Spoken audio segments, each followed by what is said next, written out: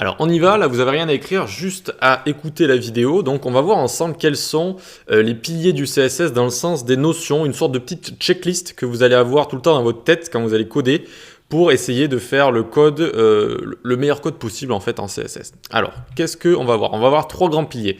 D'abord un code de qualité. En quoi ça consiste? Ça consiste à un code qui va être facile à comprendre par vous déjà, parce que au bout par exemple de 1 mois, 6 mois, 1 an, vous allez retourner obligatoirement ou pas, mais en tout cas ça va vous arriver de retourner, de remettre votre nez dans votre code. Et je peux vous dire que même si c'est vous qui l'avez écrit, et vous allez dire mais qu'est-ce qui se passe? Pourquoi j'ai fait ça? Pourquoi là j'ai codé ça, etc. Donc commentez votre code avec des commentaires, n'hésitez pas. Alors pas trop de commentaires non plus, mais vraiment des bons commentaires efficaces à des endroits importants. N'utilisez pas des propriétés qui sont soit obsolètes, soit pas encore totalement acceptées par tous les navigateurs, soit des propriétés qu'on a envie d'utiliser un petit peu pour faire le malin entre guillemets, des trucs un peu trop élaborés, etc. Pensez toujours facile, facile, facile. D'accord? Pas, j'ai pas envie d'épater la galerie, j'ai envie que ça fonctionne et que ce soit simple à comprendre. D'accord? Pour faire gagner du temps à tout le monde. Ensuite, un code propre dans le sens où on peut utiliser des propriétés raccourcies comme background, comme font et comme d'autres existent encore. On va avoir un code qui va être, encore une fois, commenté et segmenté, c'est-à-dire si vous allez avoir plusieurs sections dans un site, vous allez faire les sections les unes à la suite des autres par exemple, et à chaque fois vous allez mettre des commentaires, section 1, nanani, section 2, input, formulaire, etc., etc. Un code réutilisable, c'est-à-dire que déjà, encore une fois, vous allez bien le comprendre. Même si vous revenez dessus après, vous allez dire « Ah oui, donc là, j'ai fait ça pour aligner les éléments de cette telle manière. Je peux limite copier le code, le coller ailleurs, que ça va fonctionner pareil. » Ok ? Il faut se dire « Voilà, est-ce que je peux copier mon code? Est-ce qu'il va refonctionner? Est-ce que je peux copier un bout de code et il va facilement refonctionner ?» Si ce n'est pas le cas, si vraiment votre code il a besoin de tout votre usine à gaz pour fonctionner, essayez de faire plus facile, d'accord? Un code vraiment bien segmenté. Ensuite, nommage des classes compréhensibles, ça c'est très très important. Certains nomment leurs classes n'importe comment, on ne comprend plus rien après. Alors ça peut pas être un peu bête, mais nommez vos classes vraiment pour ce qu'elles sont. Vous avez un portfolio de photos, nommez la classe container portfolio photo. Même si la classe est longue, c'est mieux d'avoir une classe longue qui veut vraiment dire quelque chose. Et donc dans le code, ensuite, on va avoir que des raccourcis comme ça, CPP, OII, je sais pas, enfin bref, que des raccourcis, on va plus rien comprendre. Alors que des vrais mots, c'est bien, on s'y retrouve beaucoup plus, d'accord ? Ensuite, une bonne structure HTML, donc là, c'est pas du CSS, mais le CSS est lié obligatoirement à notre HTML. Bien présenter son HTML, tout simplement, bien structuré, bien imbriqué, les enfants dans les parents, etc. pour que votre CSS fonctionne bien. Ne pas mettre, par exemple, un élément d'une liste en dehors de la liste, évidemment, ça va moins bien fonctionner. Mais ça, à mon avis, vous êtes d'accord. Allez, donc, second pilier, il faut que ce soit responsive. Alors, si on était il y a 10 ans, 15 ans, ça, le pilier n'existerait quasiment pas. Responsive, c'est quand ça va s'adapter à tous les écrans. Tablette, portable, écran d'ordinateur. Mais donc là, on a 3 grosses catégories, mais toutes ces catégories vont se diviser en les dizaines de milliers de types de portables, par exemple, qu'il existe, de types d'écran d'ordinateur qu'il existe, même si évidemment, il y a des tailles standards, et c'est ça qu'on doit faire, c'est coder pour les tailles les plus standards. On ne va pas coder notre site de 10 000 manières différentes, évidemment.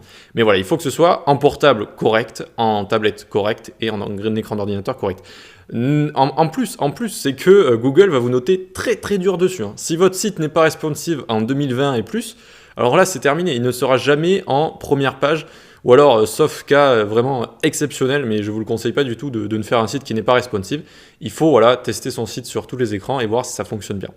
Les media queries, on va voir dans cette formation, on va voir toute une section quasiment que sur les media queries. Ça va justement nous servir à faire du responsive. En fait, on va dire à notre code, tiens, à partir de 800 pixels de large, imaginons donc sur une tablette, eh bien le code va être comme ça. Tu vas avoir le font size qui va faire 20 pixels. Vous voyez, ça va descendre, etc. Et donc, ça nous permet de très bien adapter notre code finalement assez facilement. Vous allez voir, les media queries, c'est plutôt cool. Même si c'est une partie un peu ingrate à faire parce que quand on a fini notre site, on doit le faire pour les autres écrans. C'est vrai que certains n'aiment pas trop. Voilà, il faut s'y habituer. Les unités de mesure, on ne les a pas encore toutes vues, mais on a déjà vu pourcentage pixels. On va voir tout ce qui est rem, viewport 8 et viewport width que nous avons juste ici. Donc des unités adaptées, encore une fois, les unités peuvent facilement nous faire du responsive, notamment les pourcentages qui sont des unités relatives à la largeur de quelque chose ou à la hauteur, ça va être des unités relatives, alors que pixel va être une unité absolue. Ok, donc une unité absolue, 90 pixels va tout le temps faire 90 pixels, alors que 50% par exemple de la taille du navigateur, ce ne sera pas tout le temps pareil. Des images responsives, évidemment, qui vont bien se plier, qui vont bien s'arranger, qui vont bien se réduire quand on va réduire nos écrans. et qualité adaptée, on va y revenir juste après pour le prochain pilier. Coder son site en desktop first ou mobile first. Alors desktop first, c'est quand on va coder son site en pensant en premier qu'il va y avoir le plus d'utilisateurs sur un ordinateur. Donc il va être adapté à un grand écran de base, il va avoir des animations, etc. par rapport à un grand écran. Et ensuite, on va, à la fin d'avoir codé ce site, eh bien, on va le coder ensuite pour la version mobile. Et voilà, donc en général, on passe le plus de temps en desktop first pour la version ordinateur, puis on va vers la version mobile à la fin pour que ce soit quand même correct en mobile. Et le mobile, c'est exactement l'inverse. C'est, ok, je suis en train de coder un site, une application, etc., qui va être vu en majorité sur des mobiles. Donc, je fais d'abord mon site en mobile avec des petites animations, des petites micro-interactions et tout en mobile. Et ensuite, hop, j'adapte mon site pour le desktop, que même si une personne me visite sur un ordinateur, eh bien, ce sera quand même adapté.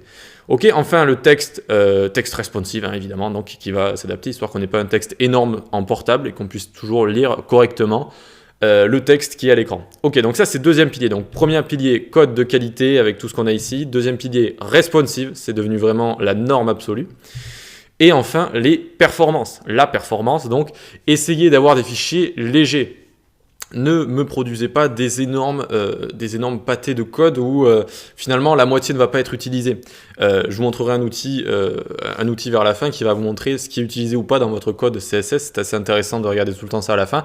Parce que quand on code, et notamment quand on est débutant, on trouve des petits bouts de code sur internet et tout, on les copie, on les colle, mais on ne sait pas un peu ce qui est vraiment utilisé ou pas. Et à la fin, on a peut-être 30, 40, 50% qui finalement ne servent à rien, et donc ça va juste alourdir vos fichiers. Optimiser ces images, ça c'est très important. En fait, c'est le numéro 1 niveau performance de ce qui va vous faire perdre en performance, ce sont les images. C'est ce qui pèse le plus lourd dans des sites en fait, d'accord?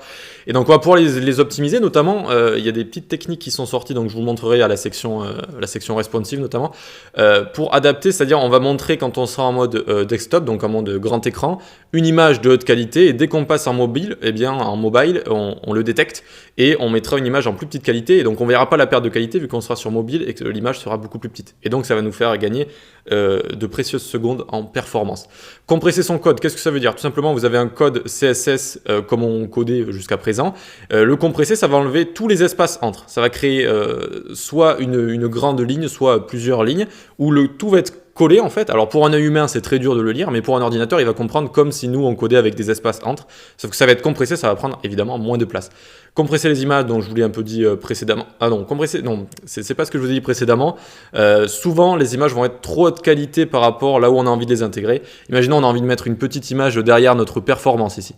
Eh bien, elle va pas être très grande l'image, donc on n'a pas besoin de prendre une image 1920 par 1080 par exemple. D'accord, on peut prendre une image juste de 500 par 200 et ça va être très correct. Donc, compresser ces images suivant les tailles qu'on a envie de mettre, les tailles d'image. Utiliser un préprocesseur CSS, on verra ça dans la section SAS SCSS. Un préprocesseur, c'est une sorte de CSS boosté aux hormones, si vous voulez, qui va nous proposer des fonctionnalités. On va pouvoir même utiliser des fonctions, on va utiliser des bouts de code réutilisables, on va utiliser des boucles for même en CSS, vous verrez. Donc ça permet de gagner du temps et également de réduire ses fichiers. La compatibilité, alors j'ai bien écrit, oui, compatible cross browsers, ça veut dire ça va être compatible sur tous les navigateurs. Alors ça, heureusement, c'est de mieux en mieux. C'est-à-dire, il y a de moins en moins de différences entre les navigateurs, mais quand même, il reste des différences assez notables où, quand vous allez tester votre site sur Chrome, puis après sur Firefox, par exemple, va y avoir des choses qui vont changer, hein, tout simplement de dimension, de taille, etc. Donc voilà, il faut que ce soit compatible sur tous les navigateurs. Donc, notamment, on va pouvoir détecter si on est sur Firefox, si on est sur Opera, etc. et changer certaines petites propriétés qui sont spécifiques au navigateur. Voilà pour les 3 piliers, donc il faut tout le temps avoir en tête de la performance, penser à faire du responsive. Donc ça, en général, on le pense à la fin, le responsive, mais quand même, quand vous allez créer un site ou intégrer une maquette, etc., ayez-le toujours en tête, hein, ne pensez pas qu'à ça à la fin. Au début, il faut quand même un cadre où vous dites, ok, je vais pouvoir facilement faire du responsive avec ça. Et du coup, en général, c'est vers la fin du site, quand on a fini d'abord de le coder, on fait le responsive et un code de qualité. Code de qualité, responsive, performance, et c'est bon, vous êtes bon. Allez, on se donne rendez-vous dans la prochaine vidéo.